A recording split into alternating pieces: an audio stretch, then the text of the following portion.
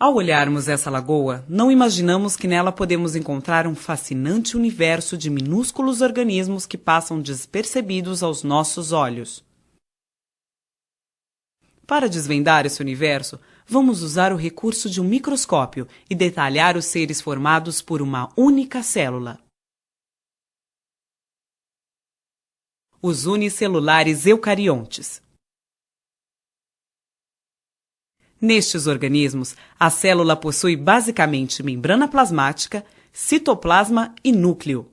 Eles habitam o nosso planeta há pelo menos 1 bilhão e 500 milhões de anos. Ao longo do tempo, diversificaram-se, passando a ocupar todo tipo de ambiente úmido. A célula desses seres tem que desempenhar, a um só tempo, os papéis que as milhares de células especializadas de um ser multicelular desempenham em conjunto.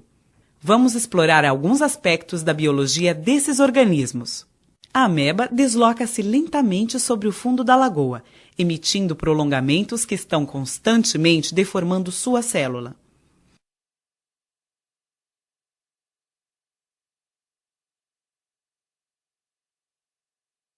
Esses prolongamentos são chamados pseudópodes, termo que significa falsos pés. Os pseudópodes também são usados para capturar alimento, preferencialmente outros micro-organismos.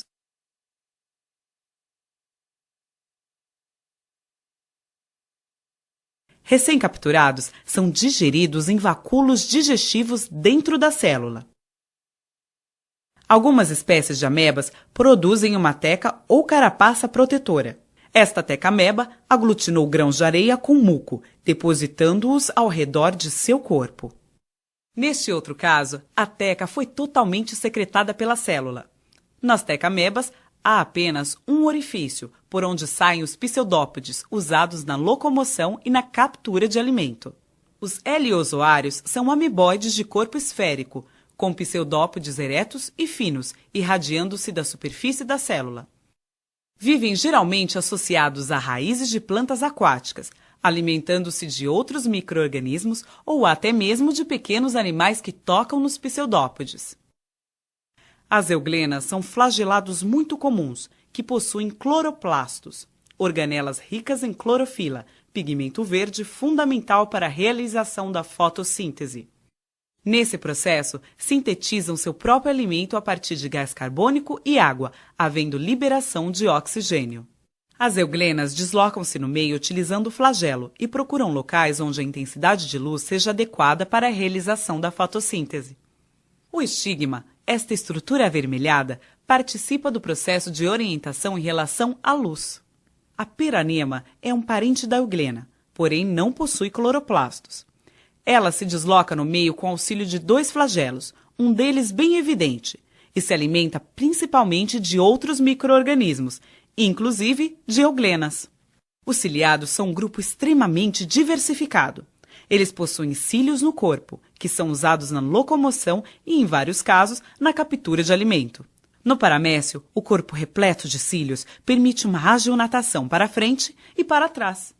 O batimento dos cílios também promove corrente de água, que traz partículas alimentares que são ingeridas através do citóstoma ou boca celular e digeridas em vacúolos digestivos no interior da célula. O paramécio possui uma habilidade especial. Ao perceber no meio certas substâncias indicativas de situação de perigo, libera filamentos chamados tricocistos. Observe essa micrografia eletrônica de varredura de um paramécio, com os tricocistos liberados e note o detalhe de um deles. O dileptus é outro ciliado com um corpo repleto de cílios, mas que, diferente do paramécio, não usa os cílios para filtrar alimento. Com essa projeção da célula, que mais parece uma tromba, procura outros ciliados, suas presas favoritas. Foi o que aconteceu nesse caso, em que a célula da presa foi rompida e o material extravasado foi ingerido através do citóstoma, que se distende bastante. À medida que isso acontece, forma-se o vacúolo alimentar, onde o alimento será digerido. Este outro ciliado alimenta-se apenas de algas filamentosas, que ingere através do citóstoma.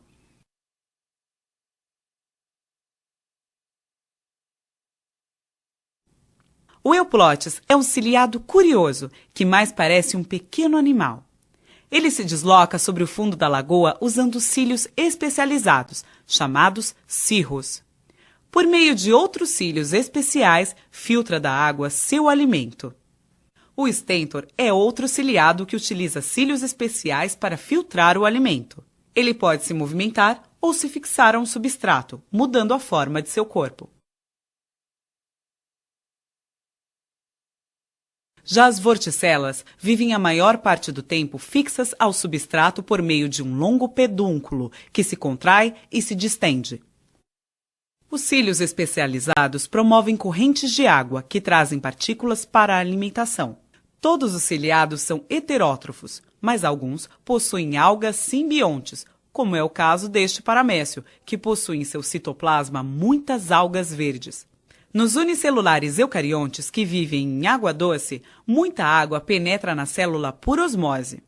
Isso ocorre porque a concentração osmótica da célula é maior que a da água ao seu redor. O vacúolo pulsátil ou contrátil recolhe e elimina a água que entra em excesso na célula. O número e a forma desses vacúolos variam nas diferentes espécies. Nos paramécios, há mais de um vacúolo por célula. Sua forma é estrelada e sua posição é fixa. Nas amebas, há apenas um vacúolo por célula e ele tem forma arredondada. Por não ter posição fixa, essa organela acaba sendo arrastada constantemente pelas correntes citoplasmáticas. Nos heliozoários, formam-se vários vacúolos arredondados nessa parte mais clara e externa da célula. Vacúolos pulsáteis são reduzidos ou ausentes nos unicelulares eucariontes que vivem no mar. Nesses casos, a concentração osmótica do meio é semelhante à da célula. É o caso desse foraminífero. Observe que ele possui uma carapaça protetora, com uma abertura por onde saem os pseudópodes, que são longos, finos e ramificados. Por meio deles, desloca-se no fundo do mar e captura diminutas partículas para sua alimentação. A reprodução na maioria dos unicelulares eucariontes ocorre por bipartição, um processo assexuado, no qual um indivíduo dá origem a dois outros idênticos.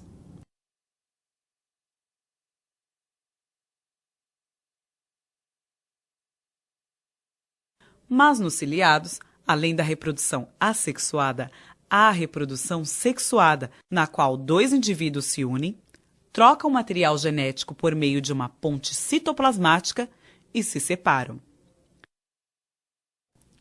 Ao observar estas cenas, pode-se ter uma pequena ideia de como são e como vivem esses unicelulares eucariontes de vida livre. A cada dia, novas espécies são descobertas e novas questões são levantadas acerca destes incríveis micro-organismos que compartilham o meio ambiente com seres macroscópicos e são parte importante da manutenção do equilíbrio ecológico.